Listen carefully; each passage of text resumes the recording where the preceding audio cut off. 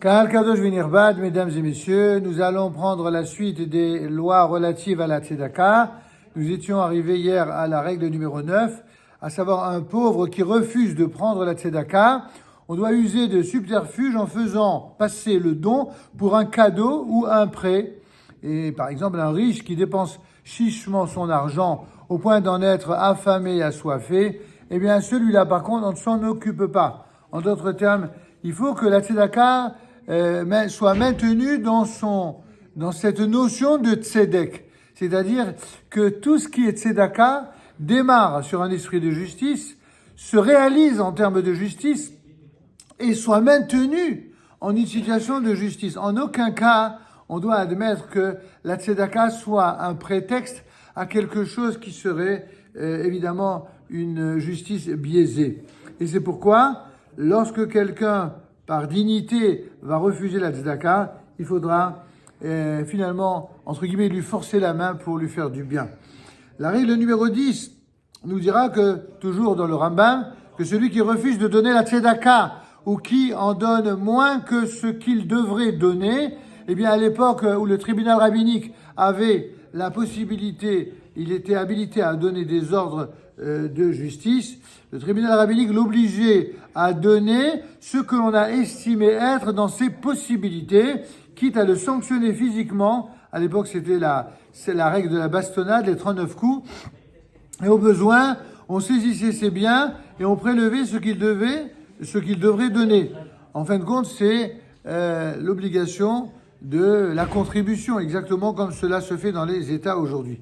Le tribunal rabbinique contractait des prêts sur gage pour le fonctionnement de la tzedaka, et ce, même les veilles de Shabbat. Enfin, règle numéro 11, un homme prodigue, c'est-à-dire qui jette son argent par les fenêtres, un homme prodigue qui souffre de prodigalité, celui-ci, lorsqu'il donne de la tzedaka au-delà de ses moyens, ou qui, pour ne pas avoir honte, donne sans cesse au collecteur de tzedaka, il est interdit de lui réclamer ou de percevoir de lui de la tzedaka. En effet, il y a des gens qui, parce qu'ils aiment se montrer généreux, en arrivent à dépenser de l'argent bien plus qu'ils n'en ont, voire d'utiliser des fonds publics pour pouvoir donner et donner à qui demande. Or ça, c'est quelque chose qu'on n'a pas le droit de faire ni de se prêter à cela. Ainsi, si un collecteur lui fait honte en lui demandant quand même, alors ce collecteur sera appelé à rendre des comptes, ainsi qu'il est dit, et je châtierai tous ses oppresseurs. C'est un verset dans Jérémie au chapitre 30, verset 20. Règle numéro 12, toujours de ce 16e chapitre sur les Hilchot Tzedaka. On n'exige pas de tzedaka des orphelins, même pour le rachat des prisonniers, et même s'ils ont beaucoup d'argent. Si un juge a exigé d'eux de l'argent pour une évaluation de biens, malgré tout cela sera permis.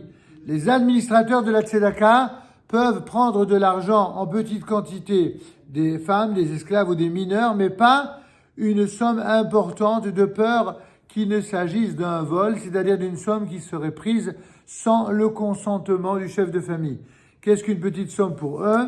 Eh bien, tout est fonction, évidemment, de leurs moyens. C'est en proportion des biens réels. Enfin, la règle numéro 13, un pauvre qui est un proche parent a priorité en matière de tzedaka sur tout autre homme. Comme le dit le dicton bien connu en français, charité bien ordonnée commence par soi-même.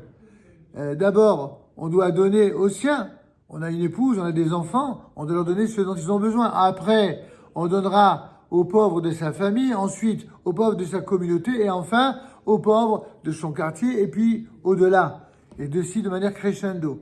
Et on va pas faire le beau à donner au monde entier et laisser sa femme et ses enfants dans la nécessité. Ce serait absolument plus de la tzedaka, il n'y aurait rien de juste ni d'avouable dans cette démarche.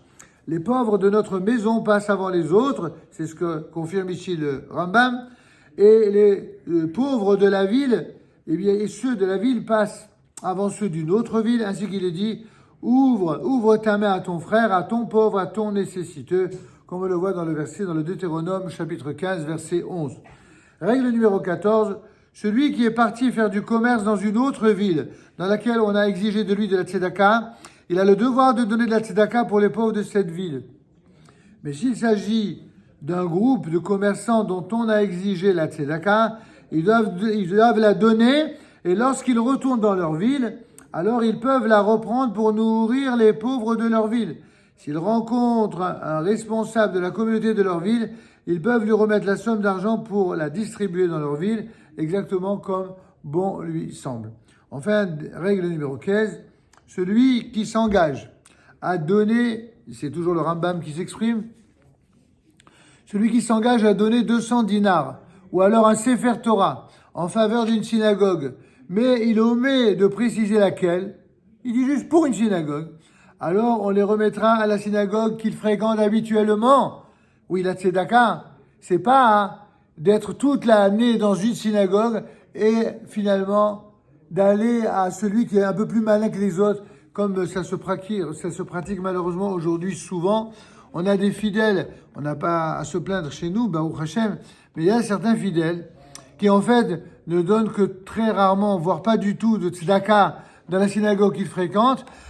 Mais par contre, il y a de véritables professionnels qui savent comment soutirer des biens et qui vont vanter, d'abord ils vont vanter le donateur et ils vont lui faire des salam aleik et le flatter et tout un tas d'artifices pour l'inciter à donner, et le gars il va ainsi s'endetter sur un mois, un an et au-delà, et par contre la synagogue qu'il fréquente toute l'année va rien donner.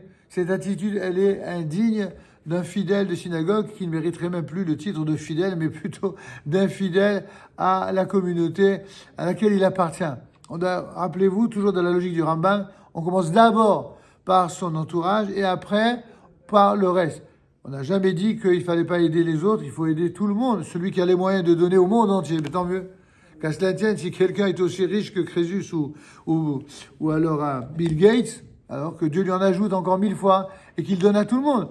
Mais celui qui n'a pas les moyens de donner à tout le monde, alors qu'il commence d'abord par les siens, par sa communauté et seulement après aux autres appels extérieurs. Enfin donc, je reprends la dernière règle numéro 15. Celui qui s'engage à donner 200 dinars ou un Sefer Torah en faveur d'une synagogue, mais qui omet de préciser laquelle, alors il devra remettre à la synagogue qu'il fréquente habituellement. Maintenant, s'il en fréquentait deux, alors on partagera entre les deux synagogues. Et celui qui s'engage à donner 200 dinars aux pauvres, sans plus de précision, alors il les donnera aux pauvres de sa ville, qui ont la priorité sur les pauvres venus d'ailleurs. Voilà, ainsi s'achève le 7e Pérec de Ilchot Matenot Aniyim dans le Rambam.